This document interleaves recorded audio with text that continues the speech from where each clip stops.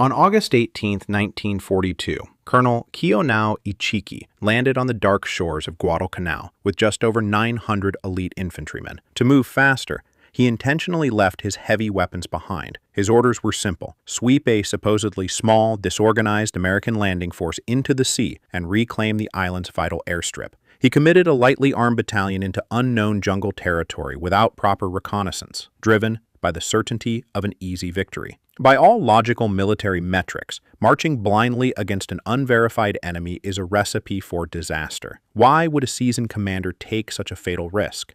The impending collision at the Tenaru River would mark the very first major land battle between the Japanese Imperial Army and the United States Marine Corps in the Pacific Theater. We will examine how a catastrophic failure in military intelligence, combined with an unyielding tactical doctrine, led a battle-hardened force straight into total annihilation. This is the anatomy of a blind assault. It is the story of a violent clash between an elite detachment that placed absolute trust in its aggressive spirit and the brutal, unexpected reality of an entrenched, heavily armed opponent waiting in the dark. How did the Japanese High Command so completely misread the scale of the American presence? And once the trap was ultimately sprung, why couldn't their seasoned commanders adapt their tactics to save their men? To answer those questions, we have to look far beyond the jungle canopy of Guadalcanal, back to the fatally flawed intelligence estimates that launched Colonel Ichiki's deadly march in the first place. The fatal disconnect began thousands of miles away, within the halls of the Imperial General Headquarters in Tokyo. In mid-August 1942,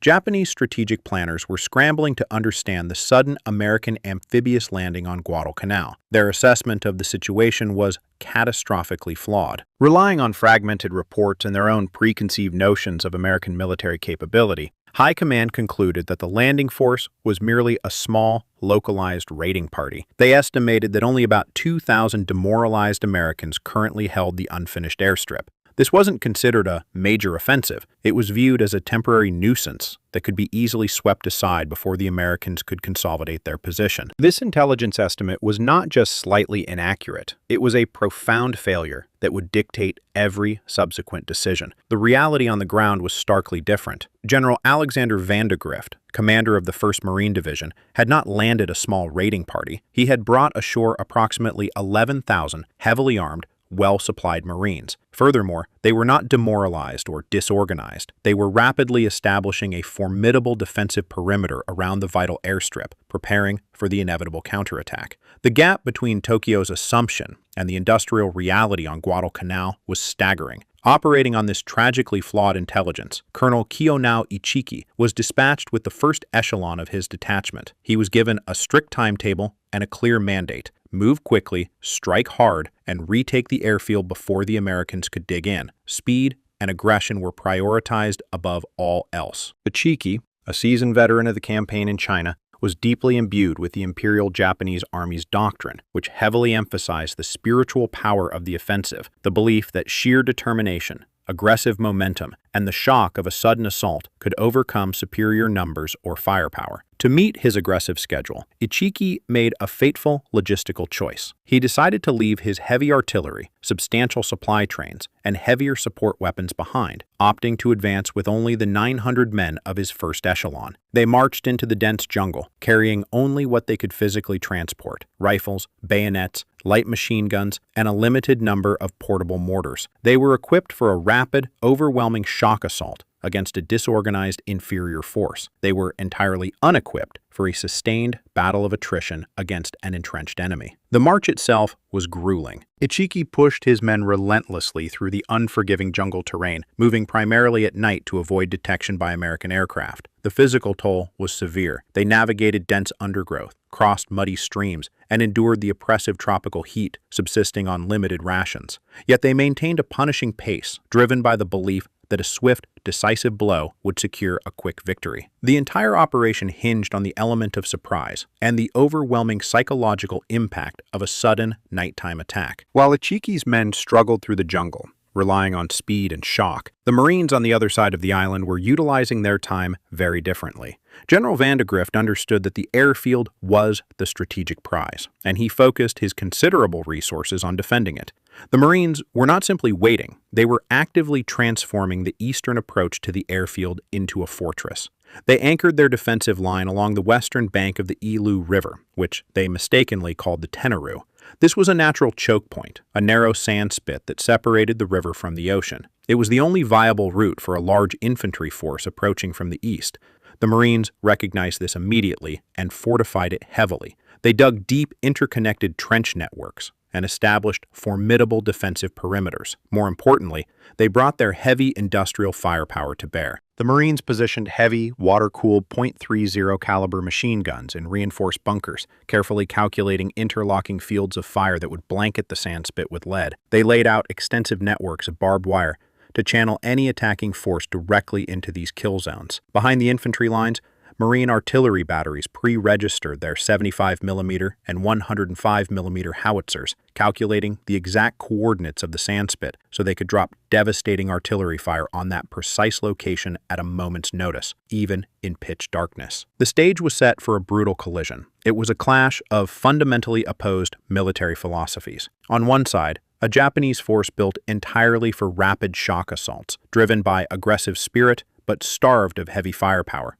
and operating on disastrously wrong intelligence. On the other side, an American force entrenched behind barbed wire, backed by overwhelming pre-calculated industrial firepower, waiting patiently in the dark. Colonel Ichiki pushed his men forward, firmly believing he held the ultimate advantage of surprise as he moved undetected through the jungle. But that perceived advantage, and the fatal assumptions that built it, were about to be violently stripped away. That illusion of secrecy evaporated exactly 2 days before Ichiki planned to launch his main assault. On the afternoon of August 19th, an American patrol from the 1st Marine Regiment, led by Captain Charles Brush, was navigating the jungle east of the defensive perimeter. They were not hunting a major enemy formation. They were simply securing the American flank. At that exact moment, Colonel Ichiki had deployed a forward scouting party of 38 men. This was not a standard infantry screen. It was heavily weighted with experienced officers and communication specialists sent ahead to silently map the American lines. Shortly after noon, the two patrols unexpectedly collided head-on in the thick tropical undergrowth. The ensuing firefight was sharp and brief. The Marines, possessing a localized numerical advantage, swiftly overwhelmed the scouting party. 33 Japanese soldiers were eliminated in the jungle, while 5 managed to slip away. As a tactical skirmish, it was a minor engagement, but as an intelligence failure, it was an absolute catastrophe for the Japanese Imperial Army. When Captain Brush's Marines searched the fallen officers, they uncovered an intelligence goldmine. Inside the map cases were detailed topographical charts meticulously marked with the exact coastal route the Ichiki Detachment was taking. Even more devastating, the Marines recovered field diaries and written orders that explicitly laid out the unit's size, its operational structure, and its definitive objective. In a matter of minutes, Ichiki's greatest operational asset, his invisibility, was completely dismantled. General Vandegrift and the Marine Command now held the exact blueprint of the impending attack. They knew who was coming, where they were approaching from, and the precise corridor they intended to use. The American perimeter went on maximum alert, locking down their pre-registered artillery coordinates and heavy machine gun bunkers along the riverbank. Yet, as the surviving scouts stumbled back to report the ambush, the Japanese command failed to grasp the terrifying new reality. Ichiki knew his vanguard had been intercepted, but he still fundamentally misunderstood the scale of the enemy waiting in the dark. Bound by rigid orders and an unwavering belief in aggressive momentum, he refused to halt or alter his approach. Stripped entirely of the element of surprise, the men of the Ichiki Detachment continued their punishing march through the tropical night. On the evening of August 21st, they stepped out of the dense jungle and onto the sandy banks of the river, marching directly into the waiting guns of the United States Marine Corps. At precisely 1:30 in the morning on August 21st, the oppressive silence of the jungle was shattered by a sudden, terrifying roar. From the thick palm groves on the eastern bank of the river, hundreds of Japanese infantrymen surged forward as a single, dark mass. They charged directly across the narrow sandbar that separated the sluggish river from the ocean waves. This was not a cautious, probing advance. It was a screaming, full-throttle frontal assault designed to physically overwhelm the defenders through sheer psychological shock and aggressive momentum.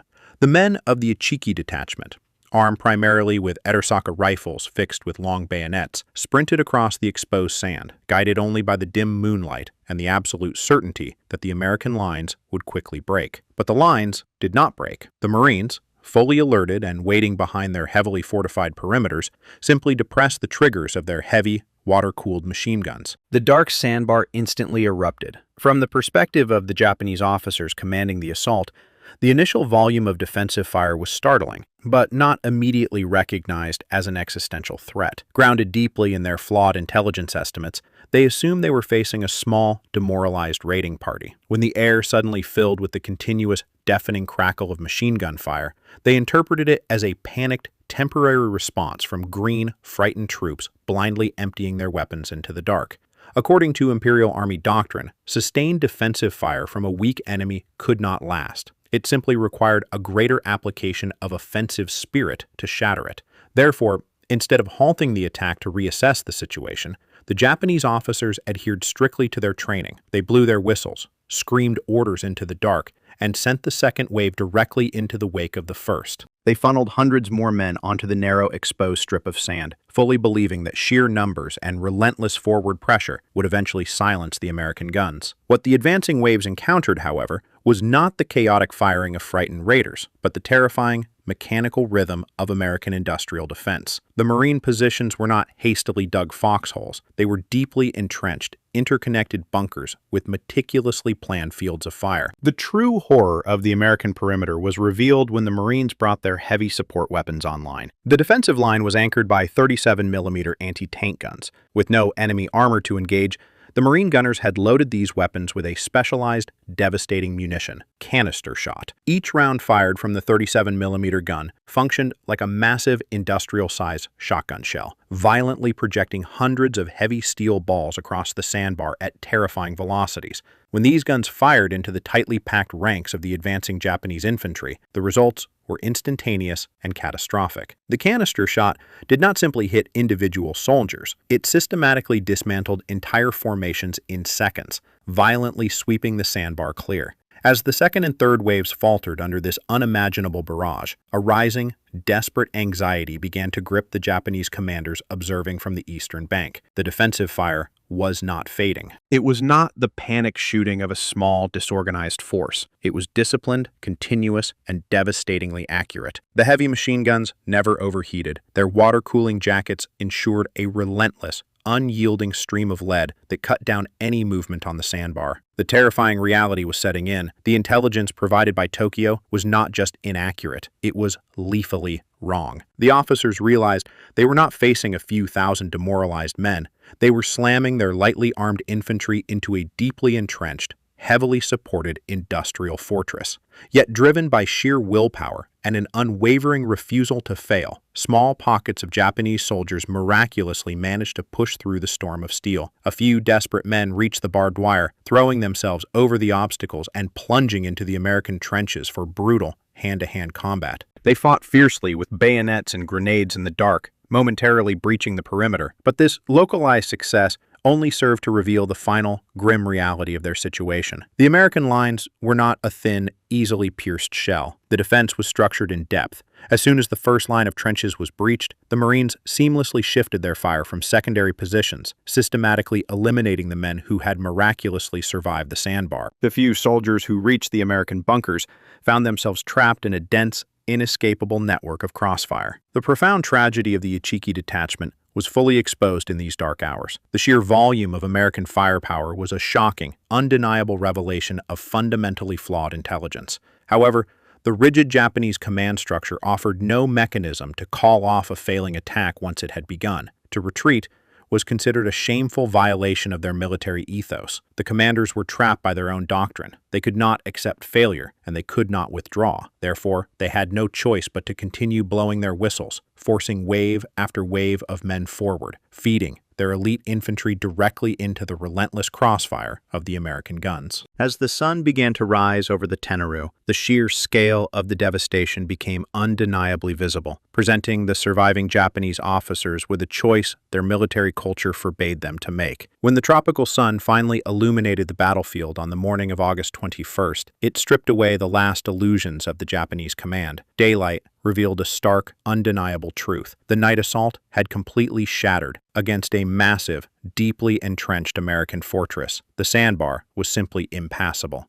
For the surviving men of the Ichiki Detachment, now pinned down in a small coconut grove on the eastern bank of the river, basic military logic dictated only one viable option. They had to execute an immediate tactical withdrawal. Standard combat doctrine required them to slip back into the dense jungle canopy, regroup their battered forces, and await the arrival of their heavier second echelon. But the Imperial Japanese Army did not operate on Western tactical logic. Their command culture was defined by a rigid code that equated retreat with profound institutional shame. Colonel Ichiki and his officers were mentally imprisoned by a doctrine offering no mechanism to acknowledge defeat. Trapped by this fatal inflexibility, they made a disastrous decision. Instead of saving his remaining veterans, Ichiki ordered his men to dig in. Using helmets and bare hands, the survivors scraped shallow rifle pits among the palm roots, stubbornly anchoring themselves just yards away from an overwhelmingly superior enemy. They established a localized pocket, choosing to hold an indefensible position rather than concede the offensive. Across the river,